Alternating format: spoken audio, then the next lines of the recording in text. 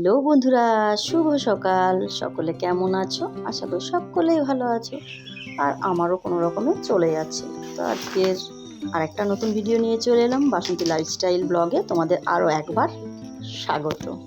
তো দেখো কত বৃষ্টি পড়েছে, আর সারা রাত ধরে বৃষ্টি হয়েছে। আর এইদিকে দেখো আমার উপরে যে কাপড় মেলার তারটা থাকে, সেই তারটা গেছে ছিঁড়ে। তো কিছু করার নেই, এই যে এতগুলো জামা কাপড় আছে, রেনকোট আছে, আমাকে তো মিলতে হবে।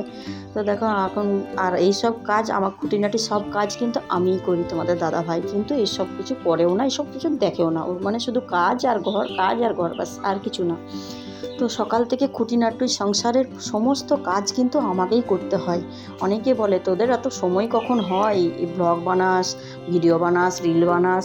তো দেখো বন্ধুরা, সত্যিই বলছি, সব কিছু করেও না, মানে যেটুকু সময় পাই সেটুকু সময় কিন্তু আমরা এই ভিডিওতেই দিয়ে দিই। তো অনেক কষ্ট হয়, অনেক কষ্ট হয়। এখন তোমার দাদাভাই বলছে তুমি যা খুশি তাই নাইটি পরে আর পরে সব কিছু দিয়ে তুমি কিন্তু ব্লগ বানাচ্ছ। আমি ব্লগ এরকমই, আমি সারাদিন কী করছি সেটাই। আর আমরা হচ্ছে সাধারণ ঘরের পরিবারের, আমরা একজন গৃহবধূ, তো আমরা যেমন থাকি সেরকমই দেখাচ্ছি। আমার তো লোককে দেখিয়ে লাভ নেই যে আমি বিশালভাবে থাকি হ্যান ত্যান, আমার দরকার নেই। আমি যেরকম আমি সেরকমই থাকতে ভালোবাসি, আর সেরকমভাবে কিন্তু চলতেও ভালোবাসি। কে কী ভাবলো, কে কী ভাবলো না, তাতে আমার কোনো যায় আসে না। তো দেখো আমি যেমন সকালবেলা থেকে উঠে যেভাবে কাজ করি, তো সেইভাবে তোমাদের কাছে কিন্তু ভিডিওগুলো তুলে ধরি। তো জানি না তোমাদের কেমন লাগবে, আশা করি তোমাদের ভালোই লাগবে। তো আমাদের এই যে জায়গাটা দেখছো, এই জায়গাটা পুরোটাই তোমাদেরকে কিন্তু আমি দেখাচ্ছি। আমি যেখানটায় থাকি সেইখানের পরিবেশটা তোমাদেরকে একটু দেখানোর চেষ্টা করলাম। তাই চারদিকে ঘুরে ঘুরে তোমাদেরকে দেখাচ্ছি যে আমি যে পরিবেশের মধ্যে থাকি সেই জায়গাটা। তো দেখো, এটা একটা পুকুর ছিল, আর এইটা আমাদের হচ্ছে রাস্তা। ওই যে লাস্ট বাড়ি, আর ওই দিকে কিন্তু যাওয়া যায় না। তো এইদিকে দেখো, এদিকেই আমাদের হচ্ছে মেন রাস্তা। তো সকালবেলা উঠেই তোমরা জানো আমি ফুল তুলি, বাগানটাকে পরিষ্কার পরিচ্ছন্ন করি প্রত্যেক দিনের মতন। তো বন্ধুরা, তোমাদেরকে একটা কথাই বলি, কে কী বললো না বললো দেখার দরকার নেই। আমি যেমন আছি আমি সেরকমই ভালোবাসি। তোমাদের আমাকে অবশ্যই ভালো লাগে, তাই তোমরা ভিডিও দেখো। আর যাদের ভালো লাগে না, তারা যেটা তারা নিজেদের ভালো বোঝে সেটাই করে। তো দেখো আমি সকালবেলায় কিন্তু চা বসিয়ে দিলাম, আর আমি কিন্তু লাল চা খাই, যেহেতু আমার গলব্লাডারের অপারেশন হয়েছিল। তো তারপর থেকে কিন্তু আমি লাল চাই খেতে ভালোবাসি। কারণ যদি গ্যাস অম্বল হয়ে যায়, তার জন্য কিন্তু আমি সকালবেলাতে কিন্তু লাল চাই খাই। তো প্রথমেই কিন্তু আমি সকালে একটু খালি পেটে জল খেয়ে নিই, তারপরে চাটা খাবো। তো চাটা হোক তখনকে। আর এদিকে দেখো এত বাসন পড়েছিল যে কি বলবো। তো আমি ভাবলাম যে চাটা হতে হতে একটু বাসনটা ধুয়েই নিই। তো তার জন্য বাসনটাও কিন্তু আমি ধুয়ে নিলাম। আর এদিকে দেখো চা কিন্তু আমার ফুটে গেছে। তো তারপরে চাটা খেয়ে আমি ভাবলাম যে জামা কাপড়গুলো একটু গুছিয়ে নিই, চারিদিকে এলোমেলো হয়ে আছে। তো সেই জন্য কিন্তু একটু জামা কাপড়গুলো গুছিয়ে নিই। এক রাশ জামা কাপড় পড়েছিল, তো সেইগুলো একটা একটা করে গুছিয়ে নিচ্ছি। কোথাও যাচ্ছি, পড়ছি, আবার সেটা রেখে দিচ্ছি। তো এইভাবে গোছানো থাকে না, মানে চারিদিকে এলোমেলো হয়ে যায় বলে একবার সারাদিনে একবার বসি, নিয়ে তারপরে সেটাকে কিন্তু গোছাতে বসে যাই। আর আমার যেহেতু স্ট্যান্ড নেই, সেহেতু আমার ভিডিওটা করতে খুবই অসুবিধা হচ্ছে। তো যাই হোক, তোমাদের আশীর্বাদে হয়তো একদিন স্ট্যান্ডটাও কিনে ফেলবো। তো এই দিকে মিঠু দেখো, মিঠু দেখেছো, আমাকে দেখে ভয় পেয়ে গেছে। প্রথমে ভেবেছে হয়তো কী করছি, যেহেতু ভিডিওটা করছি, তো ও কিন্তু একদম চমকে উঠে আমাকে কামড়াতে আসছে। তো সাধারণত কিন্তু মিঠু আমাকে কামড়ায় না।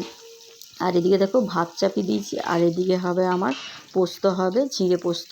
তো তার জন্য কিন্তু আমি ঝিঙে, আলু দেখো এখানে কিন্তু কেটে নিয়েছি।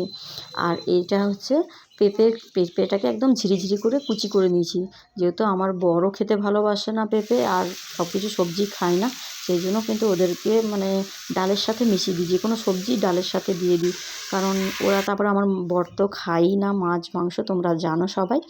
তো সেই কারণেই কিন্তু এই যে এইগুলো হচ্ছে ছেলের জন্য। কলা ভাজাও খুবই ভালোবাসে, তো কলাটাকে গোল গোল করে চাকা করে ভেজে দিয়েছিলাম। আর এদিকে দেখো পোস্ত হবে। আর দেখলাম যে ভাতটা কতটা হচ্ছে সেটা টিপে দেখলাম।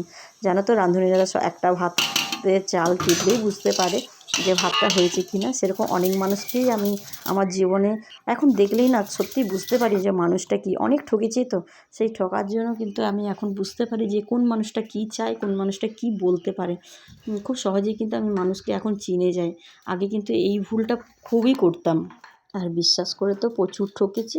তাই এখন কিন্তু ভেবেচিন্তে যেটুকু করি ভেবেচিন্তেই করি। তো দেখো আমার পোস্ত বাটা হয়ে গেছে। পোস্ত আমাদের প্রত্যেক দিনই হয়। আর আমি আগে প্রেসার কুকারেই ভাত করতাম, তো প্রেসার কুকারটা খারাপ হয়ে যাওয়াতে এখন কিন্তু হাঁড়ির মধ্যেই ভাতটা করছি। হাঁড়ির ভাতটাও ভালো হয়, প্রেসার কুকারেও কিন্তু আমার ঝরঝরেই ভাত হয়।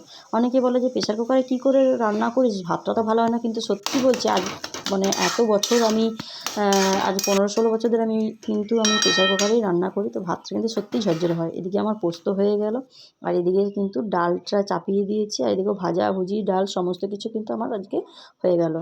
তো তারপর এবারে কিন্তু স্নান করে আমি এবারে পুজো করব। তো দেখো লোকনাথ বাবাকে আমি মানে খুবই বিশ্বাস করি, আর এতটাই ভালোবাসি, মানে কি বলবো জানি না। তো লোকনাথ বাবা সত্যিই মানুষের বিপদে আপদে সবসময় রক্ষা করে। তো বাবাকেই ডাকি সকাল থেকে। তো দেখো দানা, মিচড়ি দানা দিয়েছি, আর নকুল দানা দিয়েই পুজো দিয়েছি। প্রত্যেক দিন আহামরি কিছু দিয়ে আমি কিন্তু পুজো দিতে পারি না।